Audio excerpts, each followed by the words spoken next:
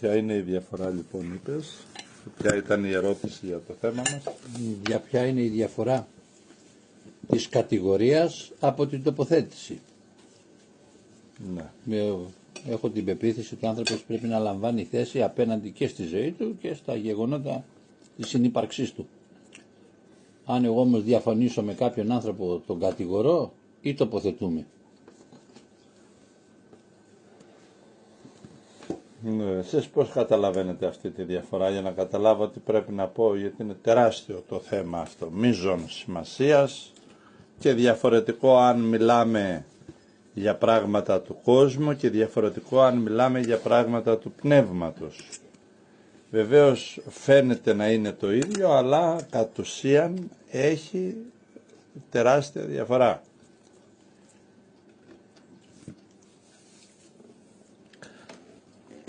Νομίζω ένας άνθρωπος του πνεύματος θα τοποθετηθεί, δεν θα κατηγορήσει. Ναι, αλλά ο Ιωάννης ρωτάει ποια η διαφορά της τοποθετήσεως από της κατηγορίας. Ώστε να αναγνωρίζω και μέσα μου όταν τοποθετούμε ή κατηγορώ. Και λέω ότι τοποθετούμε. Ναι. Παραδείγματος χάρη γιατί? ο Χριστός έλεγε γραμματείς, φαρισαίοι, υποκριτές.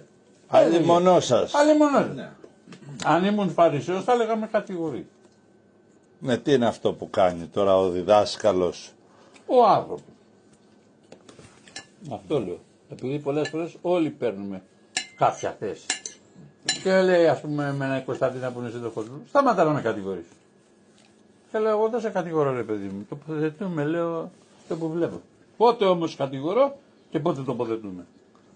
Πρέπει να το μάθω, πες, να δω τι θα κάνει με μένα. Ασφαλώς, γιατί άμα είμαι πλανεμένος σε τέτοια θέματα, Είναι λεπτά. βεβαίως, όπως είπε η Βασιλική προηγουμένως, πώς το είπε η κοπέλα να μην το παραφράσω, για την Εκκλησία, κάτι που είπαμε, και λες η Εκκλησία δεν κατηγορείται. Μα δεν πιστεύω ότι κατηγορώ όταν λέω ότι είναι λάθος του ιερέα που μου κλείνει την Εκκλησία. Νομίζω είναι τοποθέτηση, αλλά το συζητήσουμε, να μας πεις εσύ. Ναι, τι να σας πω κι εγώ, που είναι τεράστιο το θέμα. Δεν ξέρω. Πουθενά. Θα από κάποιες αρχές. Ποιες? Από όσο ξέρουμε, αν μας πω να διαβάσει το αένα, ένα μεγάλο κεφάλαιο στο βιβλίο αυτό αναφέρεται στο μην κατηγορείτε δυνάμεις, γιατί οι δυνάμεις θα έρθουν να σας κατηγορήσουν αυτές. Οπότε αυτή είναι μια βασική αρχή, κάτω από την οποία μπορούμε να εξετάσουμε αυτό το θέμα. Ωραία. Τότε θα πάμε στην πεμπτουσία που λέει ο Χριστός. Μην κρίνετε για να μην κριθείτε. Το μην κρίνετε μοιάζει να σε κάνει βλαμμένο. Γιατί ένας άνθρωπος αν δεν κρίνει ποιο είναι και ποιο καλό και τι είναι το κακό, οπωσδήποτε θα αποδεχτεί βλαμμένος. Ή άστοχος, ή άτοπος, ή ένα μεγάλο τίποτα. Ένας άνθρωπος ο οποίος δεν κρίνει ποιο είναι το σωστό για την υγεία του, θα φάει διατύπωτα σαχλαμάρες και θα τον κόψει. Θα έχει θέματα. Το μη κρίνετε που είπε ο Χριστός ή να μην κριθείτε είναι κάτι που πολλοί το παραφράζουν, το κακώς καταλαβαίνουν και τι γίνεται? Δεν κρίνουν και τίποτε. Δέρνει ο ηλικιωμένος το μωρό και λέει μην το κρίνεις, κάτσε ρε. Γίνεται ένα άδικο γεγονός μπροστά στα μάτια τους και δεν παίρνουν μια θέση. Λέω, πάνε και στο άλλο άκρο. Το γεγονός που είπε ο Χριστός μην κρίνετε για να μην κρυφθείτε είναι καθαρά θεραπευτικά. Αναφέρεται στην εσωτερική διαστρέβλωση της εσωτερικής μας φωνής. Αναφέρεται ο Χριστός στον άρρωστο νου μας που συνεχώς πάντοτε μέσα μας κάποιον κατηγορεί, κάποιον καταδικάζει, κάποιον φωνεύει. Συνεχώς ασταμάτητα. Αν παρατηρήσεις λίγο με προσοχή, ο ένας είναι ξινός, ο άλλος είναι πικρός, ο άλλος φταίει η εκκλησία εκείνο, η πολιτεία εκείνο και όλοι είναι μαλάκες. Και είναι εύκολο να λες τον άλλον μαλάκα και να έχεις και δίκιο. οι γονείς που δεν προσέχουν τα παιδιά τους, τα κολόπεδα που δεν προσέχουν τους γονείς, οι δάσκαλοι του κόσμου τούτου που δεν διδάσκουν σωστά τα παιδιά, οι εκκλησίες και που είναι τη ζημιά της ανθρωπότητος, η επιστήμη και η ιατρική που εκμεταλλεύεται τον άρρωστο και τον μισοπεθαμένο άνθρωπο, και βεβαίως συνεχώς κάποιοι άνθρωποι συνεχώς μέσα τους φωνεύουν και δηλητηριάζουν και σκοτώνουν, κάνουν πολέμους έσωθεν. Αυτοί οι πόλεμοι έχουν αντίκτυπο στην καθημερινότητα της ζωής σε όλα τα πεδία, τόσο ατομικά, τόσο οικογενειακά, τόσο κοινωνικά. Θέλοντας λοιπόν ο Χριστός να γιατρέψει τους εσωτερικά άρρωστους από αυτό τον τύραννο, τους συνεχώς να κρίνουν, συνεχώς να καταδικάζουν, συνεχώς να φθονούν, λέει μη κρίνετε, γιατί οι δυνάμεις θα παίρνουν την εξουσία να σας ελέγξουν. Καταδικάζεις την κακία. Εγώ την καταδικάζω και την κρίνω και θέλω να την κρίνω. Κάθε μορφή κακίας στο πρόσωπο οποιοδήποτε ανθρώπου την καταδικάζω. Αληθινά την καταδικάζω. Διαχωρίζω όμως τον άνθρωπο που έσφαλε, διαχωρίζω όμως τον άνθρωπο που έσφαλε χωρίς να το ξέρει, διαχωρίζω όμως και τον άνθρωπο που έσφαλε μη θέλοντάς το, διαχωρίζω τον άνθρωπο που τον πείραξαν, τον πόνεσαν, τον κακοποίησαν και δεν άντεξε και έφτασε σε οποιαδήποτε μορφή κακίας. Άρα μελετάω κρίνοντας το κάθε γεγονός που συμβαίνει για να πάρω μια σωστότερη θέση. Ο Χριστός λοιπόν, γιατρεύοντας τον άνθρωπο μέσα του εσωτερικά, πιστεύει ότι όταν σταματήσεις να κρίνεις, να κατηγορείς εμπαθώς, συνεχώς, ανελαίητα τον καθέναν, ακόμα και τον εαυτό σου, γιατί πολλοί κατηγορούν ανελαίητα τον εαυτό τους, θα έρθει μέσα σου τόσο φως όσο χρειάζεται, ώστε θεραπευμένος να μπορείς να πλησιάσεις και τον εαυτό σου και τα γεγονότα της ζωής πιο ορθά, πιο ωραία, πιο ζωογόνα. Όταν καταδικάζεις την αδικία, η αδικία παίρνει το δικαίωμα να σε ελέγξει όποτε εσύ θέλεις. Όταν βρίζεις τον ψεύτη και εσύ βαθιά μέσα σου ψεύδεσαι, αυτό έχει εξουσία να σε ελέγξει και θα σε ελέγξει οι δυνάμεις του ορατού και αόρατου κόσμου, οι εσωτερικές σου δυνάμεις, όταν αυτές το επιλέξουν, όχι όποτε θες εσύ. Έχει μεγάλη αξία και σημασία αυτό. Αυτή είναι η μία πλευρά, έτσι, η θεραπευτική, η εσωτερική, που λέει μην κρίνετε. Πρώτα απ' όλα μην κρίνετε, γιατί συνεχώς συνέχεια κατηγορείτε άτοπα, άδικα, χωρίς να ξέρετε, χωρίς να έχετε γνώση, χωρίς να είστε δικαστές, χωρίς. Ναι. Αν μου επιτρέπει ένα Παρακαλώ. σχόλιο. Είπες ότι εγώ έχω εξουσία να κρίνω την κακία και την κρίνω. Ναι. Και ο Χριστός στο Ευαγγέλιο, όταν μπήκε στο νερό μέσα, σηκώθηκε αμέσως γιατί δεν βρέθηκε μέσα του τίποτα. Ενδεχομένως και μέσα σε σένα να μην υπάρχει κακία, γι' αυτό έχεις την εξουσία να κρίνεις την κακία. Το ίδιο δεν ισχύει με εμάς. Εγώ μίλησα για τον άρρωστο, πώς πάει να τον γιατρέψει ο Χριστός. Ναι. Αυτό μίλησα. Δεν αναιρεί αυτό που λες, ίσα-ίσα πάει πολύ βαθιά. Και ο Ιωάννης ο πρόδρομος δίδασκε μετάνοια. Αν κρίνουμε τον Ιωάννη, δεν θα έπρεπε και αυτός να έχει μετάνοια. Ναι, επειδή είπες ότι εγώ κρίνω την κακία, αλλά... Διαχωρίζω τον άνθρωπο από την κακία. Δηλαδή μπαίνουμε σε ένα βαθύτερο πρέπει να έχεις, για να το κάνεις, διάκριση. όλες τις πληροφορίες. Έτσι. Πρέπει να έχεις ανεξικακία πλήρη και απόλυτη. Ωραία. Αυτό δεν ισχύει σε εμάς. Ωραία. Πάμε όμως να πω κάτι άλλο. Σε ένα άλλο σημείο λέει ο ίδιος ο Χριστός να κρίνεται ορθά και δικαία. Εδώ μοιάζει σαν να αντιφάσκει. Εδώ ο Χριστός ως θεραπευτικός λόγος γιατρεύει τους ανθρώπους οι οποίοι άτολμοι να κρίνουν ακόμα και τα πιο σιγάμενα πράγματα. Άτολμοι να πάρουν μία θέση. Άτολμοι να διορθώσουν τον εαυτό τους. Μισάνθρωποι στο να αποχωρήσουν από τον κακό εαυτό τους, σφιχταγκαλιασμένοι με κάθε λογιόν τραγικότητα, δεν κρίνουν τίποτα. Και εκεί τους λέει να κρίνετε ορθά και δικαία. Αυτό Πιάνει και τους προηγουμένους που κρίνανε ανελαίητα ό,τι να είναι και τους λέει μην κρίνετε. Μετά είναι σαν άμα έμαθες να μην κρίνεις εσφαλμένα, άσημα, με κακό τρόπο, τώρα σου διδάσκει ένα βήμα πιο πάνω, εσωτερικό βήμα, για να αποκτήσεις βαθύτερη αίσθηση του εαυτού σου, βαθύτερη αίσθηση της χαράς της ζωής, να κρίνεις ορθά και δικαία. Ποιος όμως είναι αυτός που κρίνει ορθά και δικαία? Το ερώτημα είναι. Το ερώτημα αυτό απαντάει ο Δαβίδ 1000 χρόνια πριν τον Χριστό. Όπου προσεύχεται και λέει στο Θεό, σε παρακαλώ Θεέ μου, στείλε άνθρωπο να με έλεγξει, να με κρίνει, να με παιδαγωγήσει. Με έλεος. Δίκαιος ενελέει, λέει. Κρίνει με δίκαιο, να με κρίνει δίκαιος ενελέει. Δίκαιος είναι ο πιστός.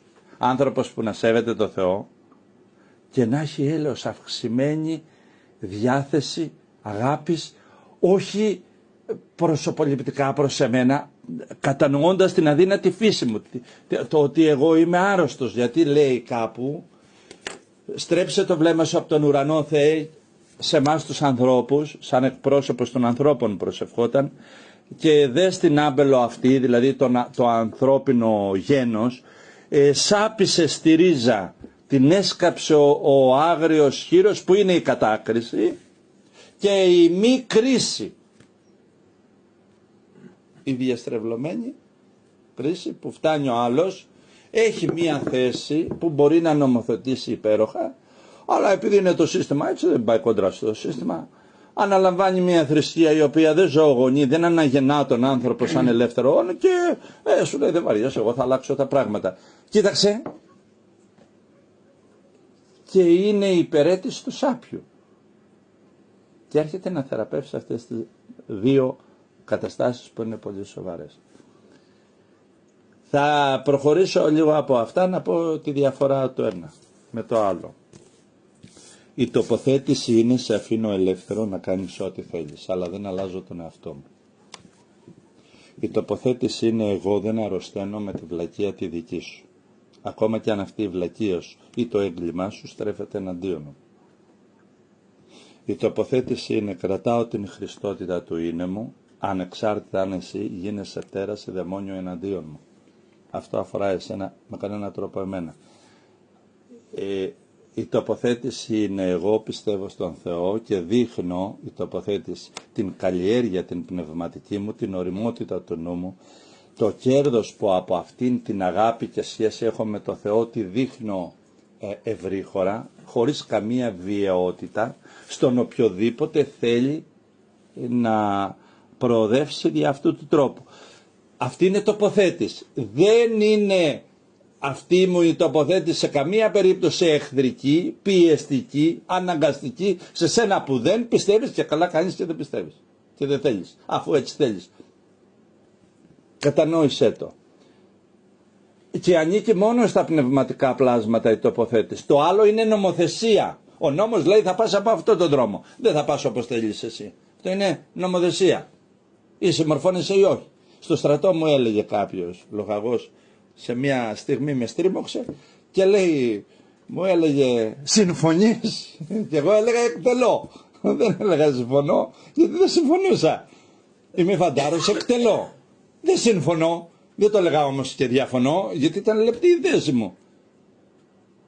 Μέχρι που μας ταλαιπωρούσε και έλεγανε φαντάρι πες το να πάει στο λίγο να ησυχάσουμε. Ναι, αλλά αυτό το πες το να ησυχάσουμε για μένα ήταν σαν να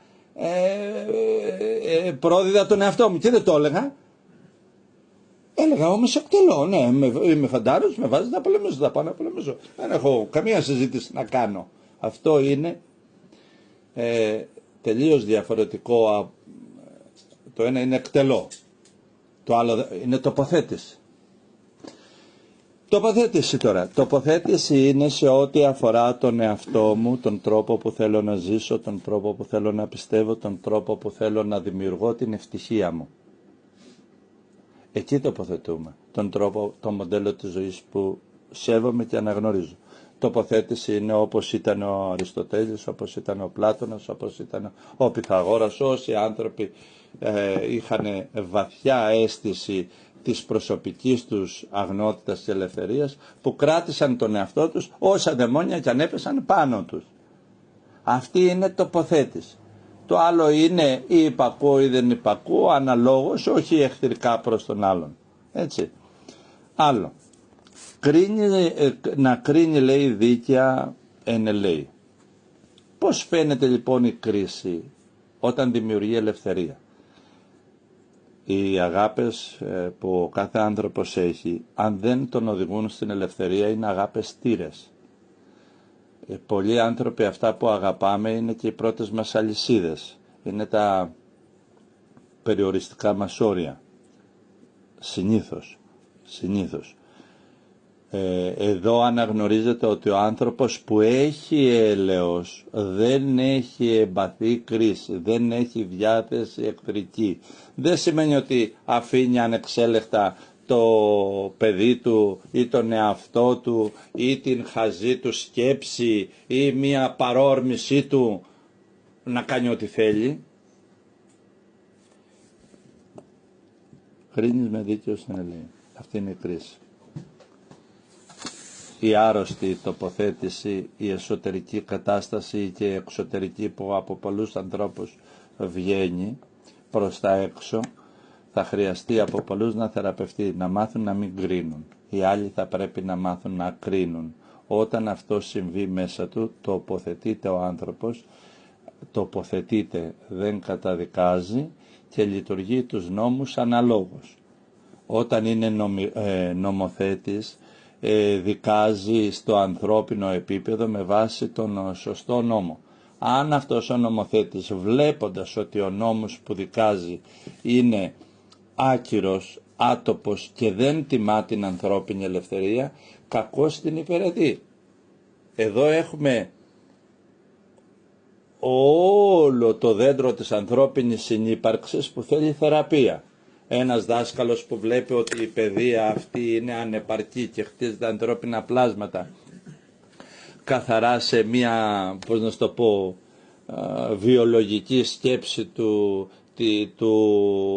το εγώ, πόσο σπουδαίος είμαι εγώ και άμα έχω είμαι εγώ και αν φτιάξω είμαι εγώ και να έχω εγώ και έτσι όλο αυτό το πακέτο που λέμε ένας άρρωστος ατομισμός, αυτό δεν είναι δάσκαλος, ούτε στο φυσικό επίπεδο σε ό,τι αφορά την ανθρώπινη γνώση, πόσο μάλλον στην πνευματική.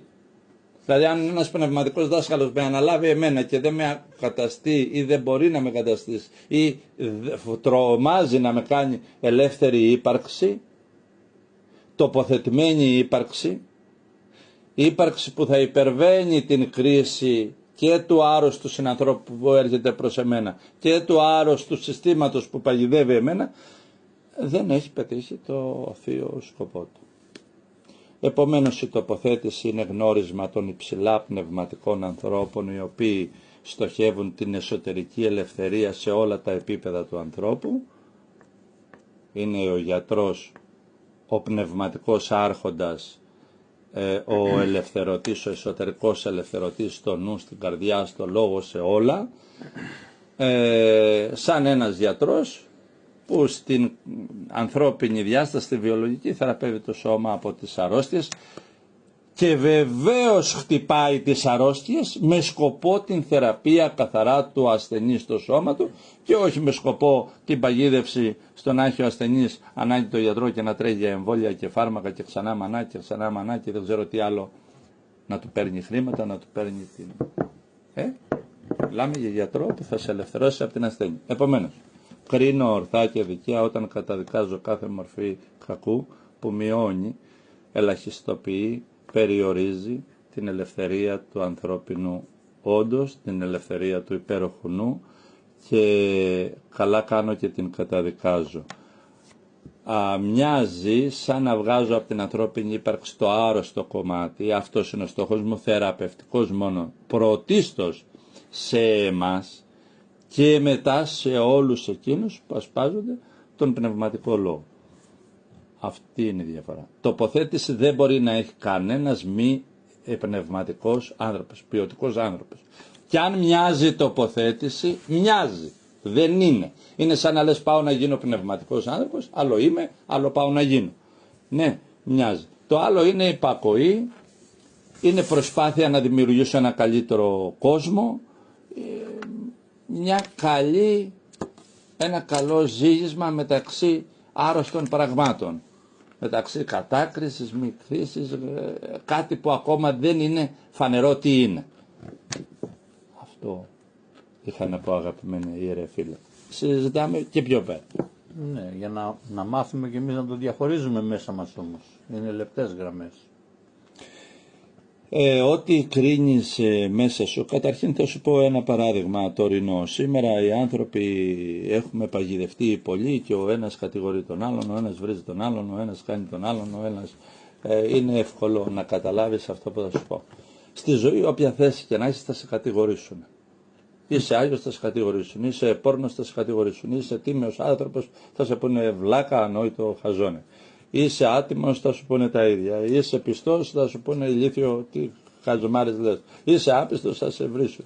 Σήμερα η κατηγορία είναι σκητάλη των ανθρώπων. Άφησε τη σκητάλη σε εκείνους που τη θέλουν. Σκητάλες οι οποίες σου ζητάνε να τρέξεις, μην τρέχεις μαζί τους. Όταν πάψεις να τρέχεις, μέσα σου θα έρθει, είπα πριν, τόσο εσωτερικό φως και θα βλέπεις πιο καθαρά τα πράγματα. Θα αρχίσεις να βλέπεις όχι θετικά τα πράγματα, θεϊκά. Πώς το πετυχαίνεις. Όταν εγώ κοιτάζω το θέμα μητρότητας, δεν βλέπω μία μάνα που δένει το παιδί της, που το παρατάει, που δεν νοιάζεται, που δεν το περιποιείται ή δεν μπορεί να το περιποιηθεί, δεν ξέρω τι. Βλέπω τις μανάδες εκείνες όλες που έγιναν θυσία, που μέρα νύχτα έχουν χτυποκάρδια για τα παιδιά τους και ονειρεύονται να γεννήσουν Αγίους. Ονειρεύονται να γεννήσουν επιστήμονες, ποιητές, τραγουδιστές και συγχαρητήρια στις μανάδες. Όταν βλέπω την πατρότητα, δεν βλέπω εκείνο τον πατέρα τον αδιάφορο, τον που πήγε μπεκροήπιε από αδυναμία, δεν ξέρω από τι, από απογοήτευση και έχασε το παιχνίδι της ζωής. Βλέπω όλη εκείνη την πατρότητα που πολεμάει, που εργάζεται, που αγωνιά, που χαίρεται, δημιουργώντας χαρά για τα παιδιά του και συγχαρητήρια στην πατρότητα. Όταν βλέπω τον ποιητή ο οποίος γεμίζει τα μυαλά και τα εσώψυχα των ανθρώπων και διαπιστώνω κατάπληκτος αυτός ο ποιητής να σπέρνει το θάνατο, την απογοήτευση, την απελπισία, να μην βλέπει, να μην έχει μέσα του δύναμη ζωής και να γεμίζει τα μυαλά και τα όντα, τα νέα που είναι γεμάτα αγνότητα, ασφαλώς αυτός ο ποιητής είναι ο τραγικός άνθρωπος. Δεν τον κοιτάζω. Τι κοιτάζω? Εκείνο τον ποιητή που λέει εκείνο το υπέροχο να έφτιασε να είναι μακριό το ταξίδι, να αναζητήσεις την Ιθάκη. Βλέπω ποιητές που βλέπουν και αποστάζουν ζωή. Άρα, σε όλα τα θέματα, είπα τρία θέματα, τα πιο που τα ξέρουμε όλοι, σε όλα τα θέματα βλέπω την θεϊκή διάσταση που μπορεί να απορροφήσει ο άνθρωπος, είτε σαν παιδί, είτε σαν πατέρας, είτε σαν φίλος, είτε σαν. Χωρίς να παραλείπω ότι υπάρχει και το άρρωστο κομμάτι, έτσι. Είπαμε, γίνεται ένας διαχωρισμός. Πάβεις να ασχολείσαι με το διαδικό κόσμο, γιατί αν θες να λυτρωθείς θα δεις ότι δεν θα σε ενδιαφέρει ποιος φταίει και ποιος δεν φταίει. Ποιος έχει δίκιο και ποιος έχει άδικο. Θα τα σβήσεις αυτά όταν μέσα σου πάψει η κρίση και έρθει η ορθή και δικιά. Θα λες ποιος προοδεύει, ποιος ωφελείται, ποιος προκόπτει. Πώς μπορώ να προκόψω και από τον πόνο και από τη στέρηση και από το έχειν και από την άνεση. Θα σε ενδιαφέρει πια η εσωτερική υπαρξιακή κατάσταση του ανθρώπου, της οικογένειας, του λαού. Να έτσι, βλέποντας δηλαδή, μελετώντας τη θεϊκή διάσταση των πραγμάτων. Και κάθε τι που δεν υπηρετεί την ευτυχία του ανθρώπου, δεν έχει τη δύναμη να αποδώσει τη θεϊκή του, το θεϊκό σκοπό της υπάρξεώς του. Δηλαδή, η παιδεία, αν δεν υπηρετεί την ευτυχία του ανθρώπου, αδυνατεί η παιδεία να υπηρετήσει το σκοπό της υπαρξεώς της, τον ένθεο σκοπό της. Η νομοθεσία, παγκόσμια νομοθεσία, του κράτους νομοθεσία, ό,τι θες, προσωπική σου νομοθεσία, αν δεν υπηρετεί την ευτυχία του ανθρώπου, την υπαρξιακή ευτυχία του ανθρώπου, σε όλα τα επίπεδα, από τη βιολογία μέχρι τον ελεύθερο νου του, αδυνατεί να αποδώσει τη θεϊκή της διάσταση. Θα αποδίδει βεβαίως κάποιο συν, κάποιο πλην, αλλά δεν θα φτάσει ποτέ στη θεϊκή διάσταση. Το ίδιο όλες οι δυνάμεις παγκοσμίως, ορατές και αόρατες. Ας σου πω εγώ μια άλλη, καταπληκτική, που τώρα στην εποχή μας είναι full φανερή. Μία από τις μεγαλύτερες μορφές δυνάμεων στον πλανήτη αυτό και στο επίπεδο της ζωής μας είναι οι διοικητικές δυνάμεις. Γι' αυτό ο Απόστολος Παύλος λέει είναι χαρίσματα μεγάλα, λέει, τα διοικητικά χαρίσματα. Οι άνθρωποι που έχουν πάρει μερίδιο σε αυτή την τεράστια δύναμη, αν δεν υπηρετήσουν την υπαρξιακή ελευθερία του ανθρώπου από το ατομικό μέχρι όλο τον πλανήτη, δεν μπορούν να υπηρετήσουν το θεϊκό σκοπό της υπάρξεώς τους. Γι' αυτό θα κρέμεται πάνω τους ο τρομερός λόγος του Χριστού που είπε θα αποδεικνύονται άρχοντες που καταδυναστεύουν τους λαούς. Πού τους καταδυναστεύουν? Στα λεφτά ή στο αν εσύ πάρεις ένα μερίδιο να ζεις λίγο με αξιοπρέπεια? Τους καταδυναστεύουν στην θεϊκή διάσταση της υπάρξεώς τους. Δηλαδή δεν φτάνει αυτό το μωρό παιδί να δει το μεγαλείο της ανθρώπινης υπάρξεως που φέρνει πάνω του και έτσι ζει σαν φτωχός αζητιάνος.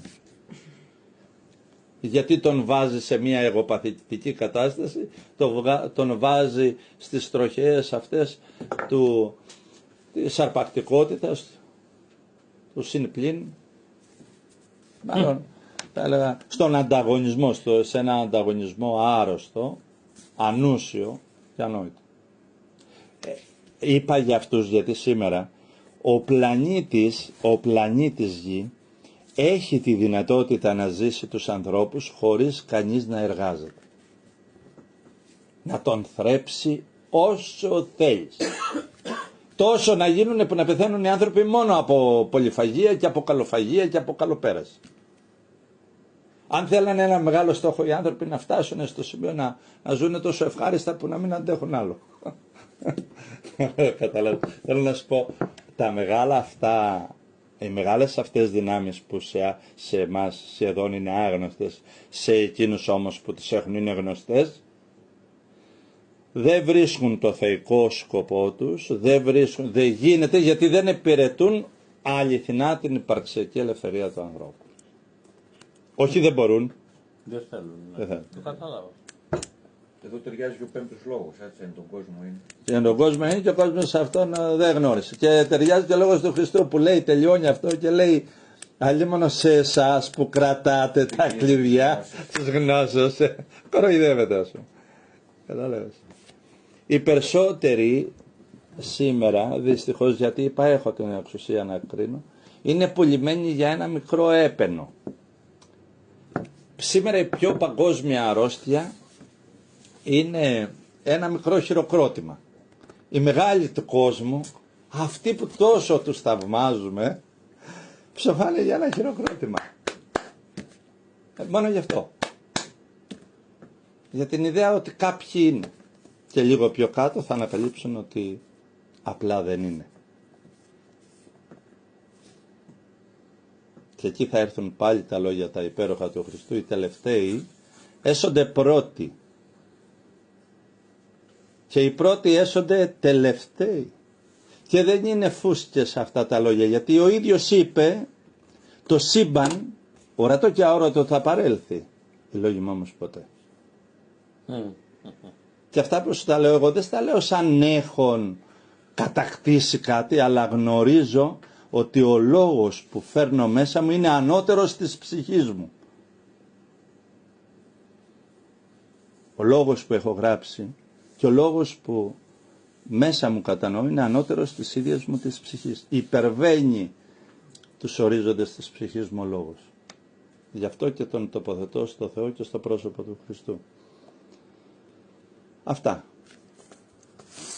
Η τοποθέτηση είναι γνώρισμα ιερών οντών.